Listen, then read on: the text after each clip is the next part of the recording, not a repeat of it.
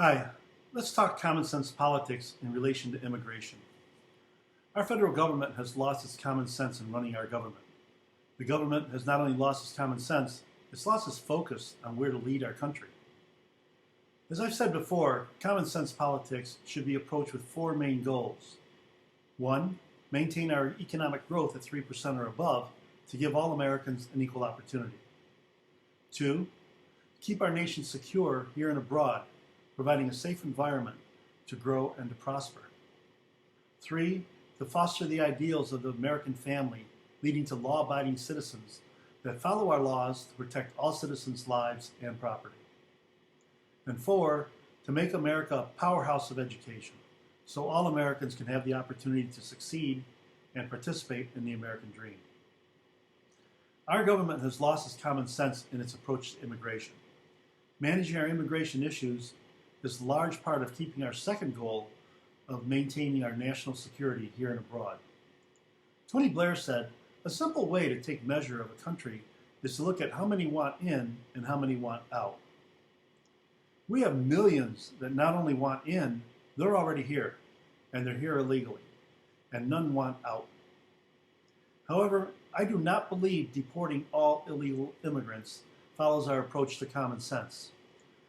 I believe deporting all illegal immigrants would be a massive effort that would be doomed to failure for four reasons. Number one, it will drive people to go underground, making it very difficult to find them. Number two, it would create a large number of false identities that would be very hard to sort and track. Number three, it would break up families that have children that were born in the U.S. and are therefore legal citizens, but their parents are not legal. And D, it would create a large labor gap for businesses that currently employ them. So, what is the common sense approach to fix our illegal problems? The first step is to seal our borders. The U.S. is probably one of the most difficult countries in the world to seal the border. Due to its 3,000-mile border to the north, its 2,000-mile border to the south, and two of the largest oceans in the world on the east and west. In long gone days, the oceans were natural barriers to the east and west. Today, that's no longer true.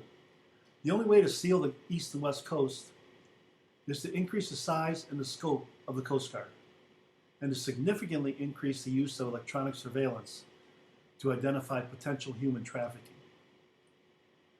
Our northern borders can be better sealed with greater cooperation with Canada. Canada is a terrific ally to the United States, but both countries can do much more to seal the northern border. This would include more border agents, a physical wall where it's appropriate, and greater electronic surveillance. Of course, our greatest challenge is with our southern border with Mexico, where not only Mexicans are crossing, but also people from Central America. I believe we will have to build a significant barrier wall along our Mexican border and expand our border patrol to enforce it. We will also have to place barriers to tunnels and activity sensors to tunnels as part of the wall. I keep using the word significant, and that's what I mean because we have neglected our border maintenance for so long and have not enforced our immigration laws for so long that we're archaic in our current enforcement. So it will require significant efforts. The second step in addressing immigration is to get all illegal immigrants currently here to register for a faster track to citizenship, and of course, with conditions. We should deport any illegal that has a criminal record or is wanted for criminal activity. The rest should be put on a much faster track, a one-year track to citizenship that would include these requirements. One, they must embrace America as their new country with a sworn allegiance to America. Saying the Pledge of Allegiance is not that hard if you really want to be here. Number two, they'll learn a working knowledge of English as a language to be spoken at work. It would provide a common ground of mutual respect for all Americans. Number three, they will learn a basic awareness of American history in order to give them a flavor of how and why America was founded, of how our laws were based on a constitution that all mankind is created equal and deserves an opportunity as long as our laws are followed. Number four, they'll have to pay a fine for initially breaking the law of entering the country illegally. The fine can be paid immediately or paid over 3 years with interest. Then the fine can be reduced if illegals come forward to get into the system and not make ICE go look for them. And lastly, they will have to obtain Social Security numbers and pay taxes like all Americans.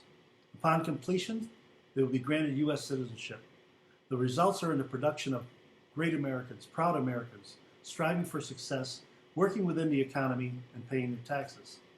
We can complete this in 4 years and produce a nation that once again proud to say we embrace all people in the world, regardless of their positions on religion or economic status. ICE would have offices throughout the U.S. to manage the program without the need for legal advice. Both political parties should embrace the solution because it solves a large issue, a solution that produces sound, law-abiding citizens, and a solution that increases tax revenues to offset the enforcement. People come to America to reach for that shining beacon on top of the hill. We can make that shining beacon brighter by having all Americans use common sense and join in a common goal to correct our immigration problems.